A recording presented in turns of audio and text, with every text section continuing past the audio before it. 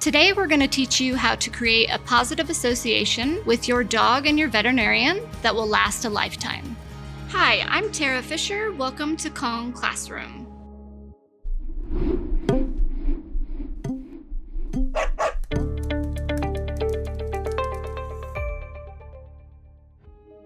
It's no different than when you think about your child going to the doctor office, and when they go to the doctor's office and if they have a sore throat and they have to get their throat checked, then they're going to start creating a negative association with that procedure. And so if we can follow that up with something positive, then that can help them overcome that for the next time. And so those are the things that we want to do when we're at the vet's office, is create positive associations. So one thing I definitely recommend is happy visits or positive vet visits, where you just take the dog in when you're going to the grocery store, you're going to the post office, wherever you're going, and take some awesome food with you. Don't feed them till you get there. Maybe let them greet a few people and then leave. That way they're like, hey, nothing happened that time except for awesome good things. And then that will help counter when the dog has had a sickness or an illness, or they have to have something that's unpleasant to them. That will help balance that out and then create positive associations as you continue to build up those positive or happy vet visits.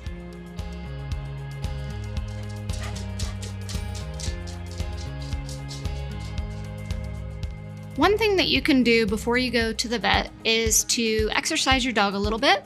Also, giving them a chew stick, either on the way to the vet or before you leave, can be very helpful. When dogs chew, it helps release calming endorphins in their brain, and it pacifies them like a pacifier does to a baby. And so we can get those good feelings going before we even get there to kind of prime them. The other thing that you need to do is bring some awesome food with you to the vet. What's helpful about that is once you get to the vet, as soon as you pull in the parking lot, you can give them some awesome food.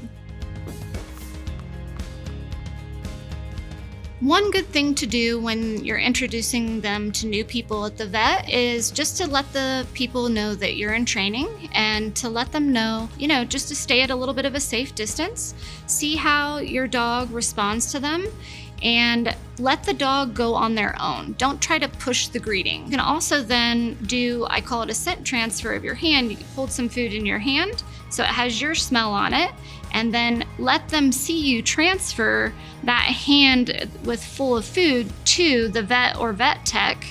And then as soon as they see that, then the vet can go and try to give them that food, and then it has your scent on it, combined with them seeing that you are next to this person that's new, and then they can start to feel more comfortable going towards the people. Once you get into the vet office, one thing that you can do is, when you're getting your dog weighed, oftentimes that scale is hard for them. So you can just put some treats, do a little treat trail onto the scale, and that can help them lure them onto the scale, get a quick weight. And then once you get into the exam room, you could also do the same thing to get them up onto the exam table. You can bring along a frozen Kong with you. Anytime a vet tech or a veterinarian has their hands on your dog, what you can do is just have that Kong right at their mouth, and they can be licking on that. And anytime the hands come off of the dog, you can remove the Kong, and the dog has a clear indication that, oh, good things happen when my body is being touched and handled by the vet or vet tech.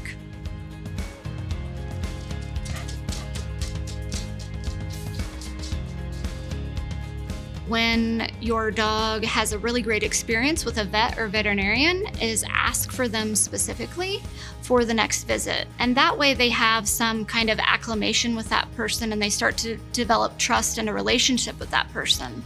And once that's happened over time, then they can start branching out to other people. But it's very helpful to have them notate on a chart and in the notes who they did well with, how their vet visit was, how fearful they were, how stressed they were, what worked for them, what didn't. And so those are things that we can all keep track of to help us in the future with vet visits. I'm Tara Fisher. Thanks for joining us in Kong Classroom.